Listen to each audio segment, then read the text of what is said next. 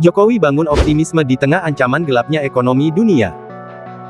Di tengah kondisi ekonomi dunia yang dibayangi kegelapan, akibat ancaman resesi, Presiden Jokowi mengajak semua pemangku kepentingan hingga pelaku usaha untuk optimis menatap perekonomian Indonesia pada tahun depan. Seruan optimisme yang disampaikan oleh Presiden Jokowi ini sangat beralasan. Pernyataan Jokowi ditopang oleh proyeksi IMF, proyeksi pertumbuhan ekonomi Indonesia saat ini dan tahun depan, dan kondisi-kondisi lainnya.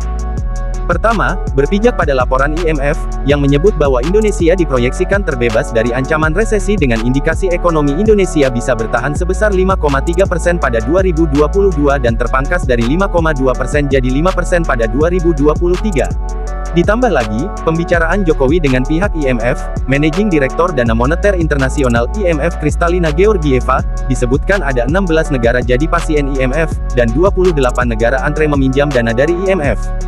Dan bersyukurnya, Georgieva tak menyebut Indonesia masuk dalam kategori jadi pasien IMF atau yang ngantre pinjaman dari IMF. Sebaliknya, ia menyebut Indonesia, titik terang, di tengah kesuraman ekonomi dunia.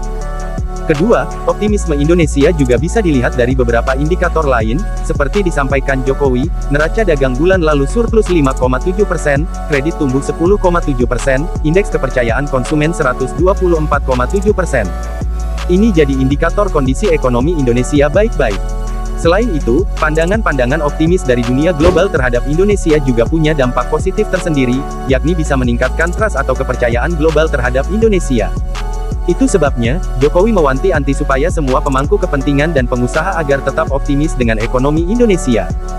Namun, meskipun kita punya alasan yang kuat untuk optimis terhadap ekonomi Indonesia, Jokowi tetap siaga, dan memberi alarm kewaspadaan kepada kita semua. Sebab menurut Jokowi, ancaman resesi adalah sesuatu yang sulit diprediksi. Badai resesi itu sulit diperhitungkan, sulit ditebak menyebar sampai kemana, menimpa siapa saja, dan seperti apa imbasnya kepada kita. Disinilah poin kewaspadaan yang ditekankan oleh Jokowi. Kewaspadaan Jokowi ini juga relevan apabila memperhatikan survei dari Bloomberg, yang menyebut Indonesia masuk ke dalam daftar yang terancam resesi dengan probabilitasnya 3%. Meski dalam pandangan Menteri Keuangan Sri Mulyani, probabilitas itu sangat kecil. Dengan demikian, apa yang bisa dipetik dari himbauan optimisme dan sekaligus sikap waspada dari Presiden Jokowi adalah kebijaksanaan dalam melihat persoalan ini secara menyeluruh, berhati-hati, dan tidak kehilangan optimisme. Itulah poin terpenting dari himbauan Presiden Jokowi.